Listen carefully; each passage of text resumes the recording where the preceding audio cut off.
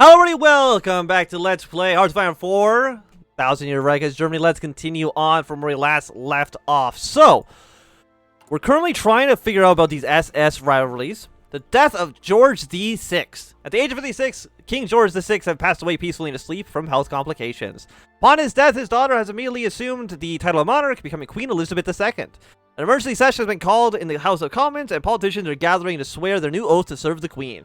The King's sudden passing also marks the start of the period of mourning across the Commonwealth, where the British Empire would take this time to reflect and cherish the memories of the past king, as millions would require time to digest such a devastating event.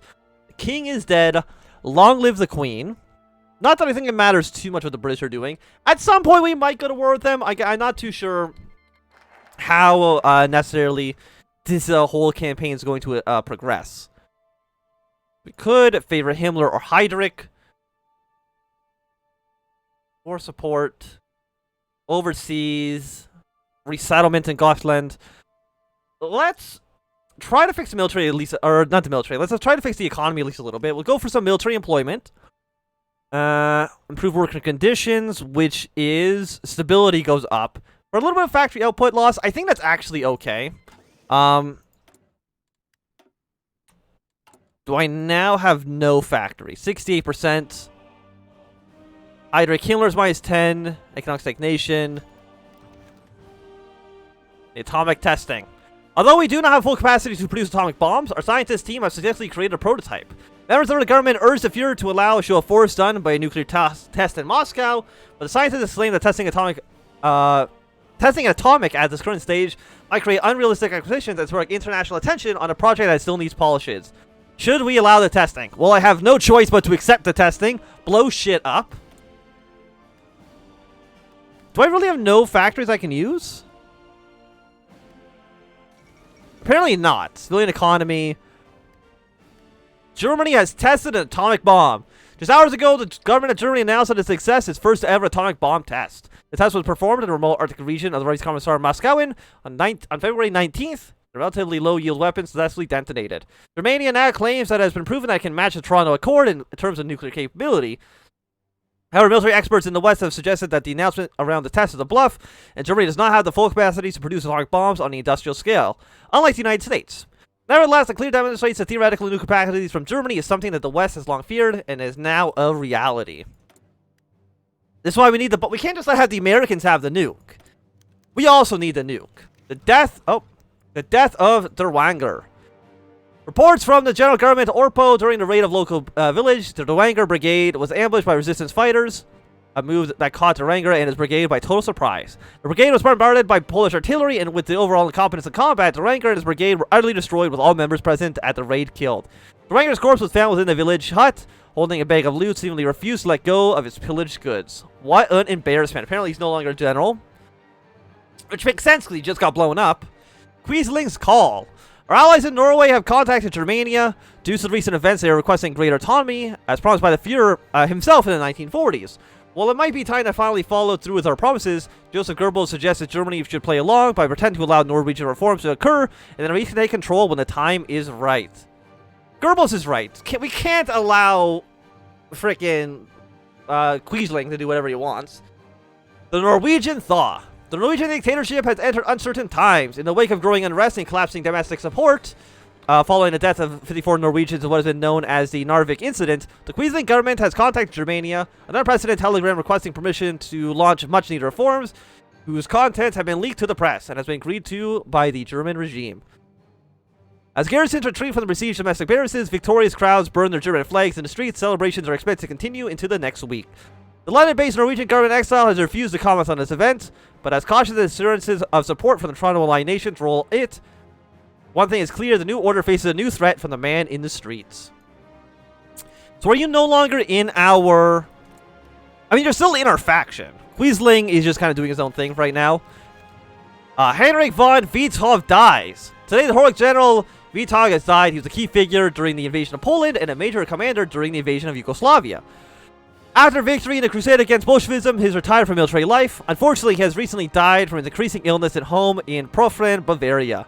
A state funeral will be held in Bavaria, and many high-ranking German officers will appear at the event. There's actually like a lot of events, which I'm not too surprised by. Spain has declared war on Morocco. The Spanish-Moroccan conflict. A failure of Casablanca Conference and ensuring trials headed by a pro-Spanish court has lit a fire in the independence in Morocco. Many men take to the streets to resist. Spain and Morocco have been growing distant over the past few months, as failed diplomatics have tried to integrate Morocco, only led to insults and injuries. This divide became even wider after Spanish authorities apprehended several Moroccan Bolsheviks. The trials pushed the King of Morocco, Mohammed V, to appease the Moroccans in a controversial way, promising an end to Spanish influence. His words were swiftly countered by the Spanish, demanding an end to his advocating independence. Mohammed V, urged by pro-independent courts, declared independence, and a conflict between Morocco and Spain. Do I have any horse in this race? When we have Franco and the Moroccans down here, world tension is not high enough for us to send volunteers, so I guess it doesn't really matter what I think about it at the moment. I would send volunteers if I could. But right now, we just really don't have that opportunity. We can get you, which is stability plus 15%, which actually is a ton. And reliability and motorized becomes significantly cheaper. I'll take you just for the 15% stability boost, which is just insane. Mishkov wins the Finnish Presidency. The former Prime Minister and veteran of politics, Juho Paskivi, is a Social Democratic Party successful ticket to the Finnish Presidency. Representing a more traditional type of Social Democrats, Paskivi's victory in Finland marks the end of progressive long rule and the people's desire for social reform. In his victory speech, Paskivi calls for unity and peace, especially in such uncertain times. So you're Social Democratic. Sweden is Social Democratic. Right now, completely surrounded by fascists. The assassination of Helmut Mishkov. Reportedly attending a meeting with fellow Schutzstaffen members in Frankfurt, Helmut Mishkov was killed in a car bomb rigged to his Volkswagen. 21 were killed, including Mishkov. Heinrich Himmler addressed the Schutzstaffen about the recent events, calling these incidences merely acts of terrorism by the subhumans. We've lost 40 political power, so now we're negative 28. Which is probably not where we want to be. And the opening of the Theodore Morel Hospital. One of the biggest hospitals in the whole of Germany, the Theodore Morel Hospital has been opened up in Germania. Named after the Führer's former personal doctor, with over 10 floors and an array of latest medical technology that the Reich can offer. The Theodore Morel Hospital will become the backbone of health for the city of Germania. The opening ceremony was attended by multiple high-ranking officials, including Albert Speer and Hermann Göring. Symbol of German welfare. And now we're back to positive political power. Fantastic. And a Polish plot has been crushed. During the attempted Polish terrorist attack, the Orpal has successfully intercepted and arrested several terrorists, stopping a disaster in the making. While this victory for stability in the Poland region, the war on terror and effort to crush all resistance from the Polish race is far from over. The assassination of Joseph Manganel. Joseph Manganel has been found dead within his office, shot dead by a single bullet into the heart. Police and security services both claim that the murderers by a resistance fighter would be impossible due to the buildings being heavily guarded, and no reports of suspicious entries were reported by the skilled guards. Reinhard Heydrich has phoned Germania from Gotland, suggesting that the timing of these incidences were targeted by the Schutzstaffen and planned by some higher being within the party. You lose 2% stability. So Manganel has been shot. Probably not a bad thing in the grand scheme of things, but we won't worry about that right now. And the Algerian Republic's war on the Oran Free State. The Algerian War. With the start of the Moroccan War, any semblance of order within the French overseas possession of Algeria had to have been shattered. The Republic of Algeria has declared war by the Algerian Liberation Front, an organization notorious for their terrorist activities and pursuit for freedom, securing a majority of the coastal regions. While the Central Sahara, multiple tribal factions have formed the Council of Sahara, a coalition built primarily to resist takeover by the French authority to the south. The remaining French forces under Pierre Nord Defense Force have concentrated themselves in Oran, declaring the Oran Free State within the support of large population of French settlers in the region. With reports of skirmishes already coming in from the front lines, international observers remain unsure of the potential victor in the conflict. So, we have the Republic of Algeria, the Council of Sahara, and the Oran Free State, who are fascist, and I think they're a bunch of Frenchmen. So we'll kind of see how this goes. More people are declaring war here. Because you are the French authority, who's actually a puppet of the British right now. The U.S. tests the hydrogen bomb in the atoll in the Pacific Islands. The United States has successfully identified the world's first hydrogen bomb with a yield of over 10 megatons of TNT. This new type of weapon, powered by nuclear fusion rather than fission, exploded with over 600 times the power of the atomic bombs used during the invasion of Japan. Though this current bomb is too large and complex to be used in an actual deployable weapon, it remains a proof of concept. Its sheer destructive power is a testament to the American abilities. It is certain that weaponized versions of this new, more powerful kind of nuclear missile are under development, and that other kinds of great powers in the world will accelerate to their own programs to keep up. We don't have a nuclear bomb at all, and the Americans already have the hydrogen bomb, which seems pretty bad. The Karl Gerhardt incident. In the outskirts of Romania, while Karl Gerhardt was driving to make formal report about the recent situations to Minister Martin Bormann, some unknown factors caused the death of Karl Gerhardt. His driver was dead by the time the police arrived, and Gerhardt's body showed signs of a struggle before death, with the cause of death being 5 shots in the stomach.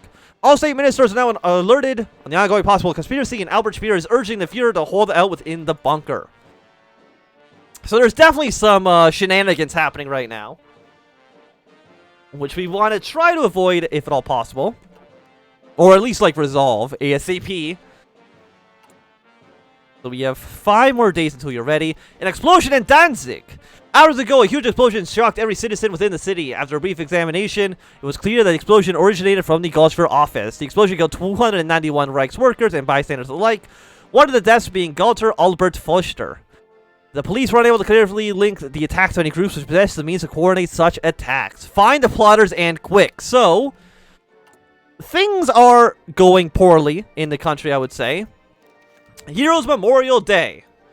For now, from Atlantic to Ural, Germany stands tall in the world. Our Germany, our fatherland, which 17 years ago was still shackled by the terms of unjustly imposed upon it by the decadent West, today thrives in its rightful place on top of mankind. Liberation from injustice brought upon this new path of glory, and with the guidance of our Führer and the spirit of Aryan Volk, we broke free from our former chains. Like a phoenix, our flame of rebirth swept the old order away, the flame that also lights the torch that heralded a new glorious area, where all Germans may live free, unshackled, unburdened under the rule of the Führer. All thanks to the brave, courageous sons of the fatherland, triumphantly won after fighting all Jewish puppets from California to Helmut. May Germany stand tall now, then and forevermore. Excerpt from Alfred Eber Bird's speech in the Volkssaal. The Heroes Memorial must live on. For now, the people shall celebrate. To get a little bit of stability out of that. Military employment is about to be finished. And the Free French in Africa. The Free French movement has always been a major political force within West Africa, and thanks to the first ever election of local authority, the Free French were able to use their goal of returning home as a major political leverage over the other parties in West Africa, winning the election for the promises of eventual return to their motherland. Charles de Gaulle, leader of the Free French, has been made Prime Minister of West Africa, with his grand plan of reclaiming the homeland becoming his administration's utmost priority.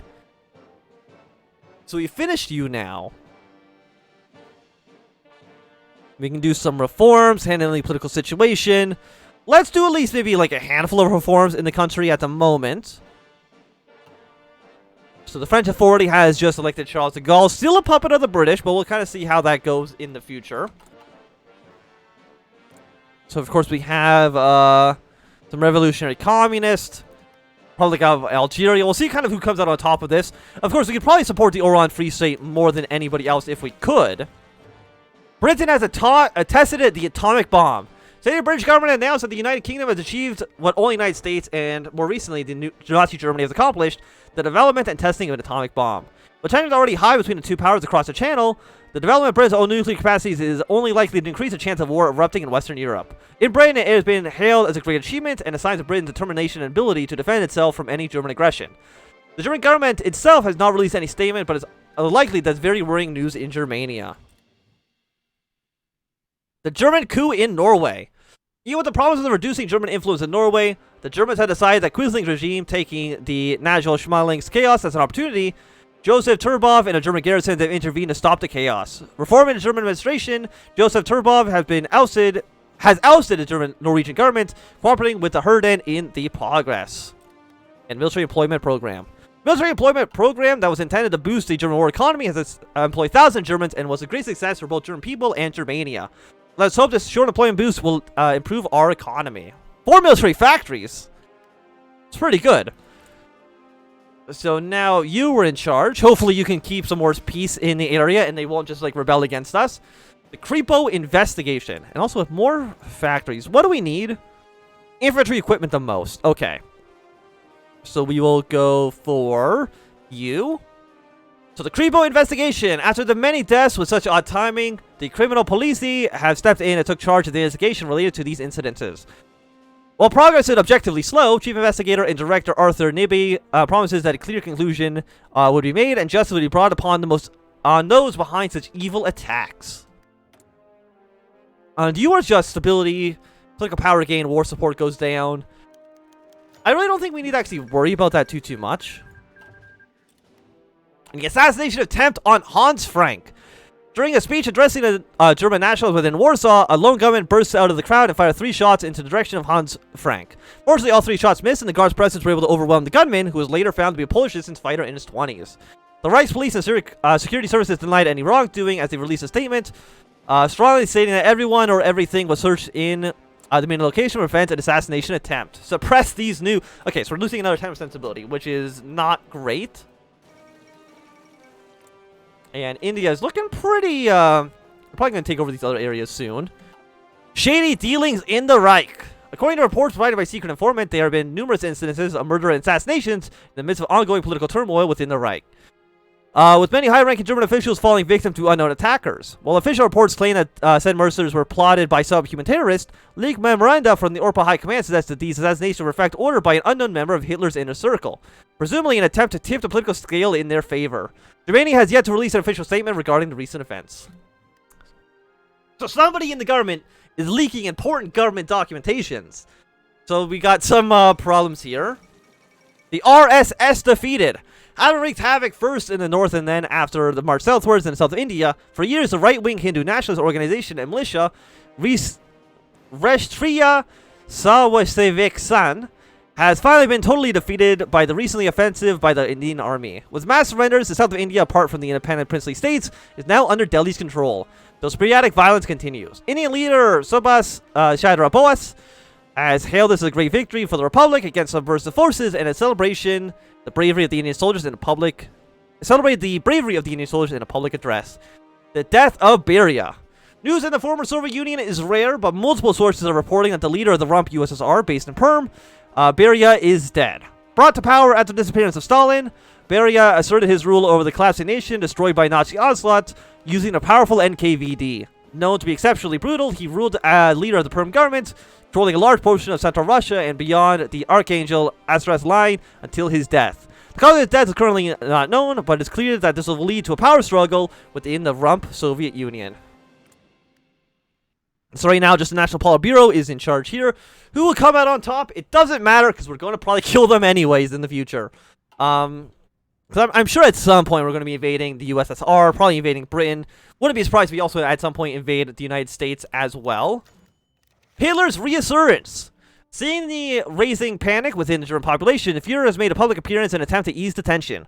Adolf Hitler stated clearly that these incidences are events caused by evil acts of Judaism and Bolsheviks, reassuring the crowd that everything is well within the Reich's leadership, while the people of Germany might feel at ease, the ones within the party are still fearing that they could be the next target of some unknown agenda-motivated killing, which gives us more stability loss.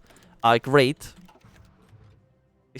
The Schurheinsticht has taken over the investigation. Out of nowhere, the Schurheinsticht, under the command of Ernst Kalbert-Brunner, has ordered to take over the case from the Creepo, turning over evidence and clues found by the Creepo into SD custody. The Führer, which something the T and the H are capitalized in the Führer was informed and aware of this decision and gave Ernst Kimmler his permission to execute the takeover of this investigation. The Führer is determined to find a reason to pin on the attacks. So, we should be done, the reforms will be done in 15 more days. And we want to focus on Himmler or Heinrich. I'm not too sure who's actually going to be better for us. Konov has been declared premier. Following the recent death of Soviet leader Beria, and no doubt unknown amounts of political intrigue and maneuvering, the ruling Communist Party of the Soviet Union in Perm has elected Marshal Ivan Konevner as premier.